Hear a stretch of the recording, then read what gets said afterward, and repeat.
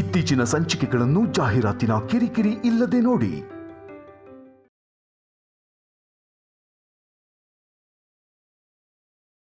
Continue mister Shekhar. Sorry sir, ಇವಾಗ ನಮಗೆ sufficient capital ಇದ್ರೇನೆ ಪ್ರಾಡಕ್ಟ್ನ ನೆಕ್ಸ್ಟ್ ಲೆವೆಲ್ಗೆ ತಗೊಂಡು ಹೋಗೋದಕ್ಕಾಗತ್ತೆ, right? Yes. We don't have that much capital. ಇವಾಗ ನಾವು ಏನು ಮಾಡಬೇಕು ಅಂದರೆ,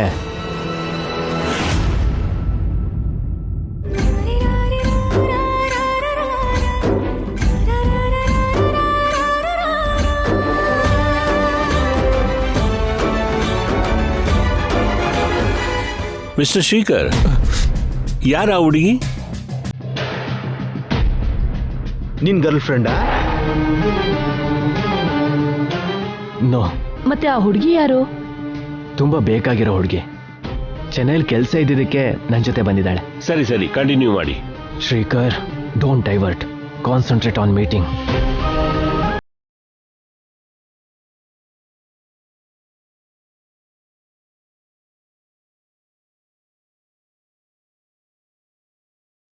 ಸರ್, ಈ ಸಿಚುವೇಶನ್ ಅಲ್ಲಿ ನಾವೇನ್ ಮಾಡಬೇಕು ಅಂದ್ರೆ, ಮಾರ್ಕೆಟ್ ಅಲ್ಲಿರೋ ಪ್ರೂವ್ಡ್ ಬಿಸ್ನೆಸ್ ಮ್ಯಾನ್ ಜೊತೆ ಡಿಸ್ಕಸ್ ಮಾಡಿ ಅವರನ್ನ ನಮ್ಮ ಜೊತೆ ಸೇರಿಸ್ಕೋಬೇಕು. ಇವಾಗ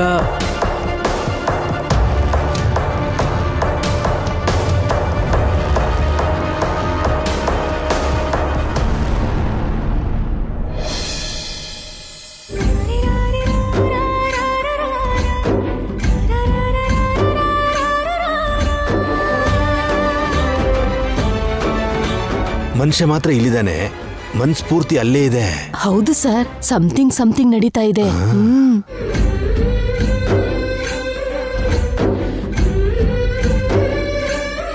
ಅದು ಸರಿ, ನಮ್ಮ ಕಂಪನಿ ಟೂರಿಸಂ ಸ್ಟಾರ್ಟ್ ಮಾಡ್ತಿದೆ ಅಂತ ಹೇಳಿ ಕಾನ್ಸೆಪ್ಟ್ ರೆಡಿ ಮಾಡು ಅಂತ ಹೇಳಿದ್ನಲ್ಲ, ಮಾಡಿದ್ಯಾ? Tell me Shrikar. ಅದು ಇನ್ನೂ ಡಿಸೈನ್ ಮಾಡ್ತಿದ್ದೀನಿ ಸರ್. ಈಗಾಗಲೇ ಲೇಟ್ ಆಗಿದೆ.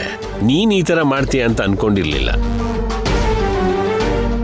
ವರ್ಕ್ ಡೆಡಿಕೇಶನ್ ಕಡಿಮೆ ಆಗಿ ಬೇರೆ ರೂಟಲ್ಲಿ ಹೋಗ್ತಿದ್ಯಾ ಅಂತ ಅನಿಸ್ತಿದೆಯಪ್ಪ. Sir, no sir. You have disappointed me. ನಿನ್ನ ಕೆಲಸದ ಮೇಲೆ ಇಂಟ್ರೆಸ್ಟ್ ಕಡಿಮೆ ಆಗಿದೆಯಾ ಏನು? ಹಾಗೇನೂ ಇಲ್ಲ sir.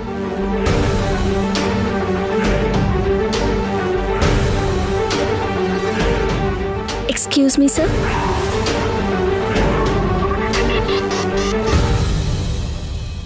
I am Avani. Shrikar ಅವ್ರ ಜೊತೆಲಿ ಬಂದಿದ್ದೀನಿ. ಟೂರಿಸಂ ಬಗ್ಗೆ ನಂಗೆ ಗೊತ್ತಿರೋ ವಿಷಯನ ಹೇಳ್ಬೋದಾ? ಓ, ಹೀಗೆ ಅಪ್ರೋಚ್ ಮಾಡೋದು maybe I am wrong, but ನಾನು ಹೇಳೋ ಕಾನ್ಸೆಪ್ಟ್ ಕರೆಕ್ಟ್ ಆಗಿರತ್ತೆ. Give me a chance sir. Okay, come.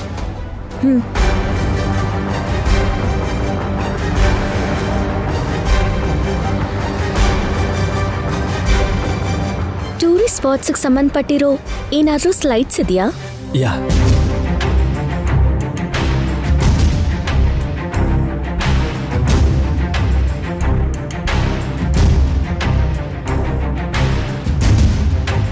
Yeah. Shall I start sir? Proceed. Thank you sir.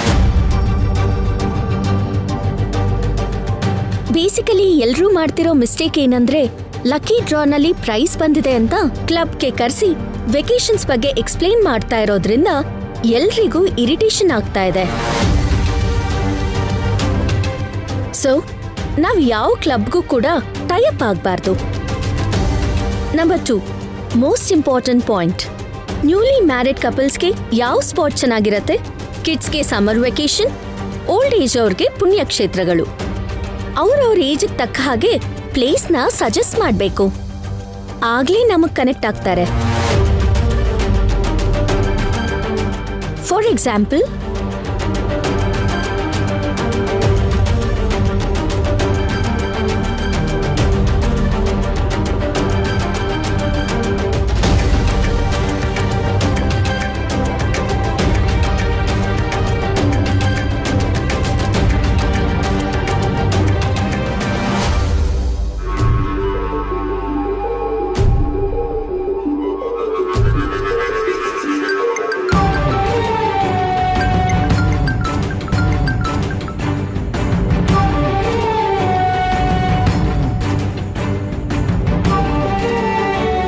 ಮತ್ತೆ cut ಮಾಡ್ದರಿ.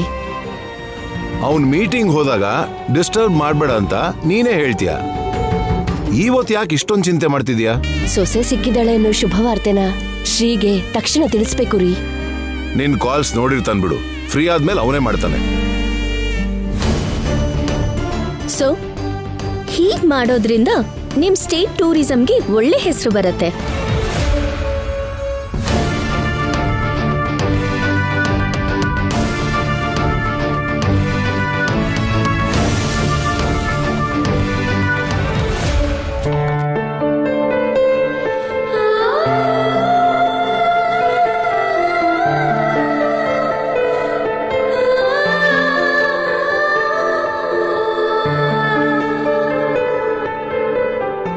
Valuable suggestion. Thank you sir.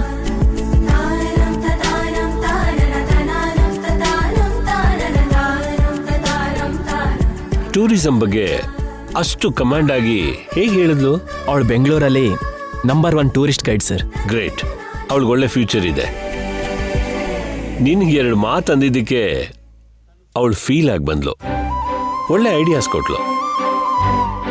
ಅಂತ ಹುಡುಗಿ ನಿನ್ನ life partner ಆದ್ರೆ ನಿನ್ನ life ಬೇರೆ ಲೆವೆಲಲ್ಲಿ ಇರುತ್ತೆ. ಓಕೆ, ನಾಳೆ ಮೀಟಿಂಗ್ ಬಗ್ಗೆ ನಿನಗೆ ಅಪ್ಡೇಟ್ ಬರುತ್ತೆ. You shall go now. Thank you sir.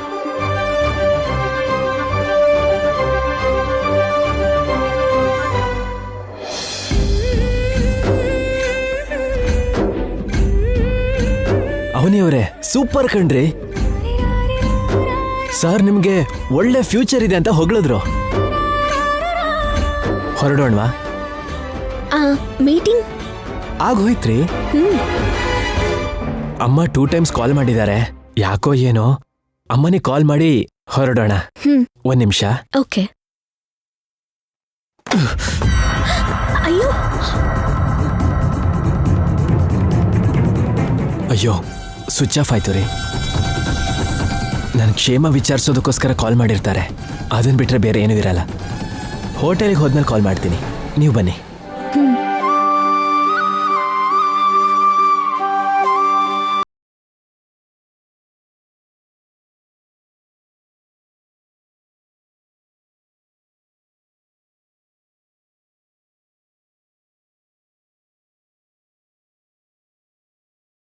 ಅಪ್ಪ, ಅವಾಗಿಂದ ಏನೋ ಯೋಚನೆ ಮಾಡ್ತಾ ಇದೆಯಲ್ಲ. ನಿಮ್ಮ ಅಪ್ಪನ ಯೋಚನೆಗಳು ತುಂಬಾ ದೊಡ್ಡದಮ್ಮ. ನಿನ್ನಂತ ಚಿಕ್ಕ ಮಕ್ಕಳು ಕೇಳಬಾರ್ದು, ನನ್ನಂತ ದೊಡ್ಡವ್ರು ಹೇಳಲೂಬಾರ್ದು. ಸರಿ, ಹಾಗಾದ್ರೆ ಹೇಳ್ಬೇಡ ಬಿಡು.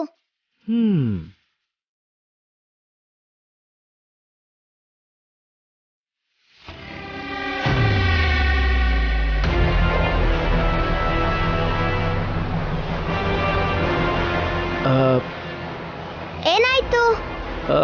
ಇಲ್ಬಾ, ನಿಂಗೆ ಹೋಮ್ವರ್ಕ್ ಕೊಟ್ಟಿದ್ದಾರಾ? ಕೊಟ್ಟಿದ್ದಾರೆ. ಹಾಗಾದ್ರೆ ನೀನ್ ಇಲ್ಲೇ ಕೂತ್ಕೊಂಡು ಹೋಮ್ವರ್ಕ್ ಮಾಡ್ತಾ ಇರು, ನಾನು ಈಗ್ಲೇ ಬರ್ತೀನಿ. ಇಲ್ಲಿ ಯಾಕೆ? ತಂದೆಗೆ ಎದುರು ಮಾತಾಡಿದ್ರೆ ವಿದ್ಯೆ ಸರಿಯಾಗಿ ಹತ್ತಲ್ಲ, ಹೇಳಿದ್ ಮಾತ್ರ ಮಾಡು. ಸರಿ. ಇನ್ನೊಂದು ವಿಷಯ, ನಾನು ಅಲ್ಲಿಂದ ಏನಾದ್ರೂ ಕೇಳಿದ್ರೆ ಮೊದಲು ಹೌದು ಅನ್ನೋ ಹಾಗೆ ತಲೆನ ಹೀಗ್ ಮಾಡು. 2ನೇ ಸರಿ ಕೇಳಿದ್ರೆ ಬೇಡ ಅನ್ನೋ ಹಾಗೆ ಹೀಗೆ ತಲೆನ ಆಡ್ಸು, ಸರಿನಾ? ಯಾಕೆ? ಇದನ್ನೇ ಬೇಡ ಅನ್ನೋದು. ಸರಿ. ಅಲ್ಲಿ ಕೂತ್ಕೊಂಡು ಹೋಮ್ವರ್ಕ್ ಮಾಡ್ಕೋ, ನಾನು ಈಗಲೇ ಬರ್ತೀನಿ, ಸರಿನಾ? ಕೂತ್ಕೋ, ನೀನ್ ಹೋಮ್ವರ್ಕ್ ಮಾಡ್ಕೋ.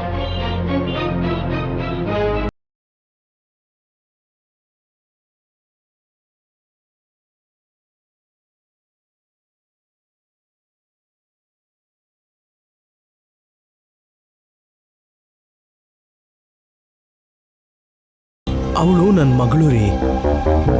ಅವಳಿಗೆ ಓದು ಅಂದ್ರೆ ಪ್ರಾಣ. ಆದ್ರೆ ದೇವ್ರು ಮಾತ್ರ ಅವಳಿಗೆ ತುಂಬಾ ಅನ್ಯಾಯ ಮಾಡ್ಬಿಟ್ಟ. ಏನ್ ಮಾಡಿದ್ರು? ಅವಳ ಹೃದಯದಲ್ಲಿ ದೊಡ್ಡ ರಂಧ್ರ ಮಾಡಿದಾನೆ. ಲಕ್ಷ ಕೊಟ್ಟು ಆಪರೇಷನ್ ಮಾಡಿಸಿಲ್ಲ ಅಂದ್ರೆ ನನ್ನ ಬಾಯಿಂದ ನನಗೆ ಹೇಳೋಕ್ಕಾಗಲ್ಲ. ನಿಜಾನಾ? ನನ್ನ ಮಾತಿನ ಮೇಲೆ ನಿಮಗ್ ನಂಬಿಕೆ ಬರ್ಲಿಲ್ಲ ಅಂದ್ರೆ ನನ್ನ ಮಗಳ ಹತ್ರನೇ ಹೇಳಿಸ್ತೀನಿ. ಇರಿ. ಅಮ್ಮ ಸೌಮ್ಯ, ನಿನ್ ಹೃದಯದಲ್ಲಿ ಹೋಲಿದೆ ಅಲ್ವಾ ಅಮ್ಮ?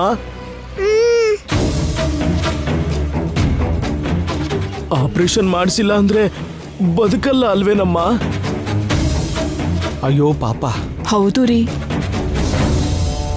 ಚಿಕ್ಕ ಮಕ್ಕಳು ಸುಳ್ಳು ಹೇಳಲ್ಲ ಅಲ್ವಾ ರೀ? ಇವಾಗ್ಲಾದ್ರೂ ನಂಬ್ತೀರಾ? ಅಮ್ಮ ನೀನ್ ಬರ್ಕೊಳಮ್ಮ.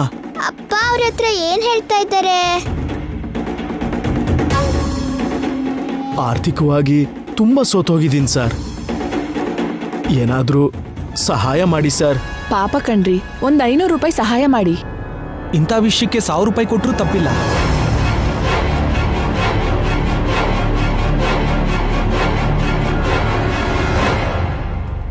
ಆ ದೇವರು ನಿಮ್ ಕುಟುಂಬನ ಚೆನ್ನಾಗಿ ನೋಡ್ಕೊಳ್ಳಿ.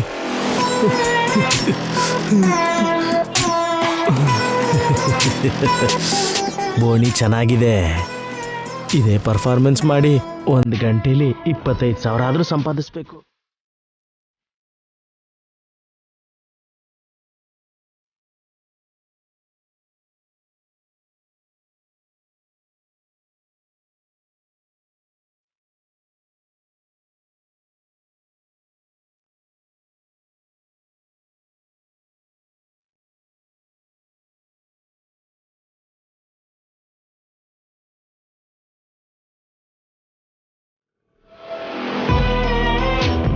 ಬಂಡವಾಳ ಇಲ್ದಿರೋ ವ್ಯಾಪಾರ ಇದೇ ಕಂಟಿನ್ಯೂ ಆಗ್ಬಿಡ್ಬೇಕು.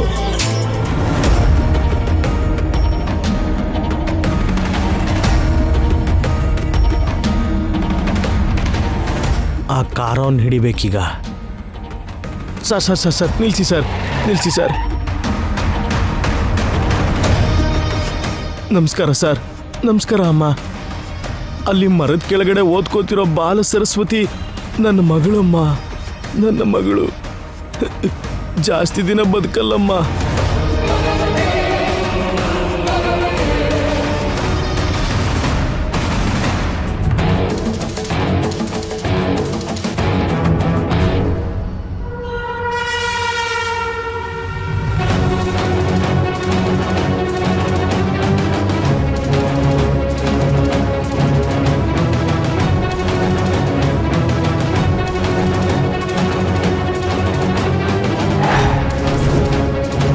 ವೇದವತಿ ನಿಲಯ ಅಂದ್ರೆ ದೇವಾಲಯ ಅಂತ ಯಾವ ಜನ ಹೊಗಳ್ತಾ ಇದ್ರೋ ಅದೇ ಜನ ಸದ್ಯದಲ್ಲಿ ನಿಮ್ ದೇವಾಲಯದ ಮೇಲೆ ಕಲ್ಲೆಸಿತಾರೆ. ಏನಾಯ್ತು? ನನ್ನ ಮಗಳನ್ನ ತುಂಬಾ ಚೆನ್ನಾಗಿ ನೋಡ್ಕೋತಿದ್ದೆ. ದೇವರು ಮಾತ್ರ ನನ್ನ ಮಗಳಿಗೆ ಹೃದಯ ರೋಗನ ಕೊಟ್ಟಿದ್ದಾನೆ. ಹಾರ್ಟಲ್ಲಿ ಹೋಲಿದೆ ಅಂತ ದೊಡ್ಡ ಡಾಕ್ಟರ್ಗಳು ಹೇಳಿದ್ದಾರೆ.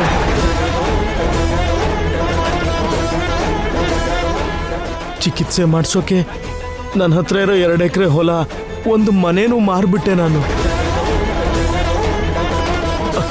ಆದ್ರೂ ಇನ್ನೂ ಕಡಿಮೆ ಆಗ್ಲಿಲ್ಲ. 5 ಲಕ್ಷ ಕಟ್ಟಿದ್ರೆ ಆಪರೇಷನ್ ಮಾಡಿ ಬದುಕಿಸ್ತೀವಿ ಎಂದಿದ್ದಾರೆ. 1 ಲಕ್ಷ ಕಡಿಮೆ ಆಗಿದೆಯಮ್ಮ. ನಿಮ್ಮಂತ ದಯೆ ತೋರಿಸೋರು ಸಹಾಯ ಮಾಡಿದ್ರೆ ನನ್ನ ಮಗಳು ಬದುಕ್ತಾಳಮ್ಮ, ಬದುಕ್ತಾಳೆ. ಇಂಥದನ್ನ ಕೇಳಿದಾಗ ನೋಡಿದಾಗ ದೇವ್ರ ಮೇಲೆ ಕೋಪ ಬರ್ತಾ ಇರತ್ತೆ. ಅಷ್ಟು ಮುದ್ದಾಗಿರೋ ಚಿಕ್ಕ ಮಗು ಮೇಲೆ ಸ್ವಲ್ಪನೂ ದಯೆ ಇಲ್ವಲ್ಲ ಅವನ್ಗೆ? ಏನಯ್ಯ ನೀನ್ ಹೇಳ್ತಿರೋದು ನಿಜಾನಾ? ಸರ್, ನನ್ನ ಮಗಳ ಹತ್ರನೇ ಹೇಳಿಸ್ತೀನಿ ಇರಿ ಸರ್. ಅಮ್ಮ ಸೌಮ್ಯ, ನೀನು ಅಪಾಯದಲ್ಲಿದ್ಯಾ ಅಲ್ವೇನಮ್ಮ?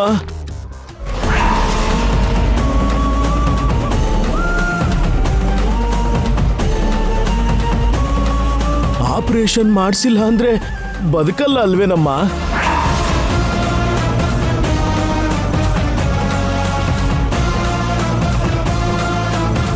Sir, ಇವಾಗ್ಲಾದ್ರೂ ನಂಬ್ತೀರಾ sir? ಚಿಕ್ಕ ಮಕ್ಕಳು ದೇವ್ರಿಗೆ ಸಮಾನ, ಸುಳ್ಳು ಹೇಳಲ್ಲ. ಏನ್ರಿ, ಏನಾದ್ರೂ ಸ್ವಲ್ಪ ಸಹಾಯ ಮಾಡ್ರಿ.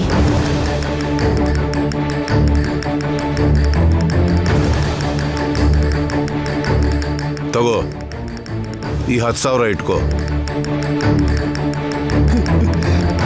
ಜನ್ಮ ಜನ್ಮಕ್ಕೂ ನಿಮಗೆ ಋಣಿಯಾಗಿರ್ತೀನಿ ಸರ್.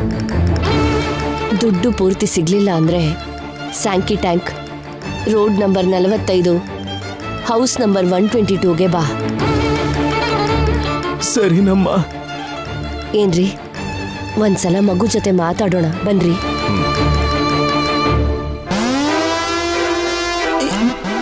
ಏನ್ ಮಾತಾಡ್ತೀರಾ ಅಮ್ಮ? ಧೈರ್ಯ ಹೇಳ್ತೀವಿ ಅಷ್ಟೇ. ಈ ವಿಷಯದ ಬಗ್ಗೆ ಪದೇ ಪದೇ ಮಾತಾಡಿದ್ರೆ ನನ್ನ ಮಗಳು ಬೇಜಾರು ಮಾಡ್ಕೋತಾಳಮ್ಮ. ಏನು ಮಾತಾಡಲ್ಲ, ಸುಮ್ಮನೆ ಮಾತಾಡ್ಸಿ ಹೊರಟು ಹೋಗ್ತೀವಿ ಅಷ್ಟೇ. ಪ್ರಾಮಿಸಾ? ಪ್ರಾಮಿಸ್. ಹಾ.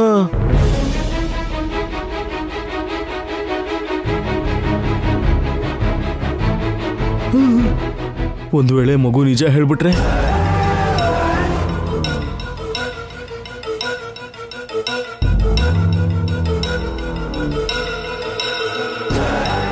ಪುಟ್ಟಿ,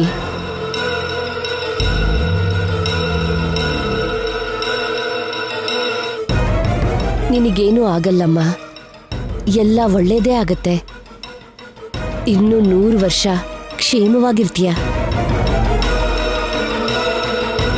ನಿನ್ನ ನೋಡ್ತಾ ಇದ್ರೆ ಹತ್ರದವಳೇನೋ ಅನ್ನೋ ಭಾವನೆ ಮನಸ್ಸಿಗೆ ಬರ್ತಾ ಇದೆ. ಚೆನ್ನಾಗಿ ಓದ್ಕೋ, ಸರಿನಾ?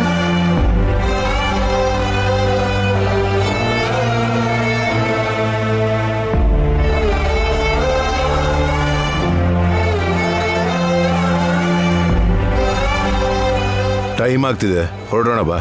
ಸರಿ ರೀ.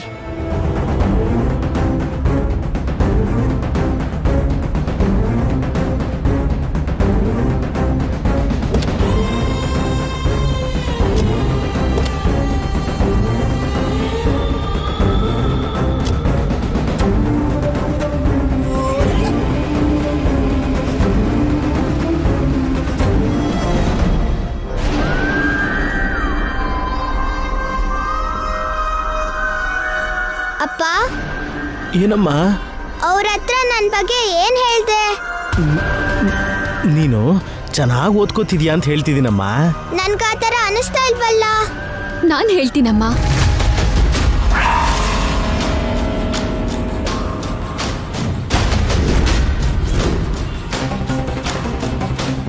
ಸುಜಿ, ನೀನೇನಿಲ್ಲಿ? ನಿನ್ ಹೃದಯದಲ್ಲಿ ಹೋಲ್ ಇದೆ ಅಂತ ಆಪರೇಷನ್ ಮಾಡ್ಸಿಲ್ಲ ಅಂದ್ರೆ ನೀನ್ ಸತ್ ಹೋಗ್ತೀಯ ಅಂತ ಹೇಳಿ ಎಲ್ರ ಹತ್ರ ದುಡ್ಡು ಇಸ್ಕೋತಿದ್ದಾನೆ.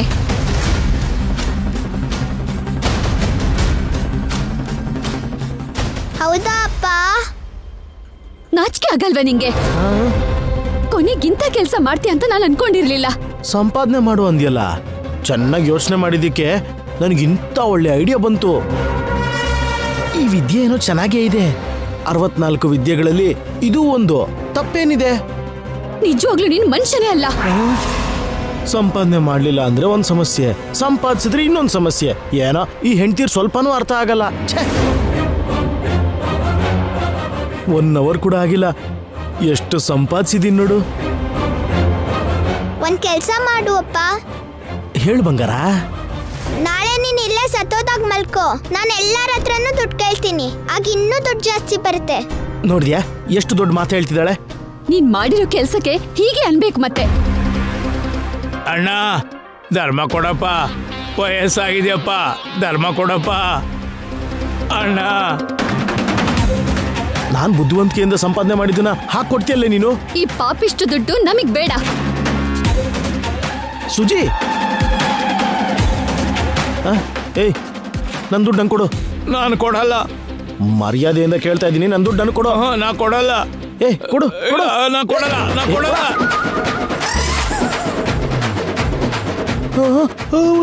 ಅಯ್ಯೋ ದೇವ್ರೆ, ಈ ಜಗತ್ನಲ್ಲಿ ನನಗಿಂತ ದೊಡ್ಡ ಮೋಸಗಾರರಿದ್ದಾರೆ ಅಂತಾಯ್ತು.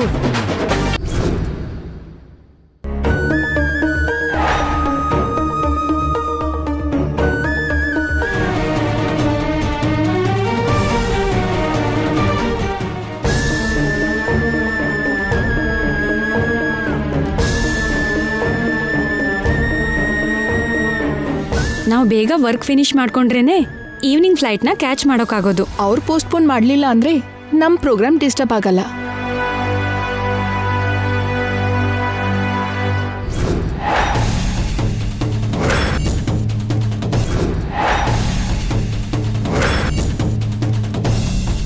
ಏನಾಯ್ತು? ನೀನ್ ಹೋಗು, ನಾನು ಬರ್ತೀನಿ. ಸರಿ.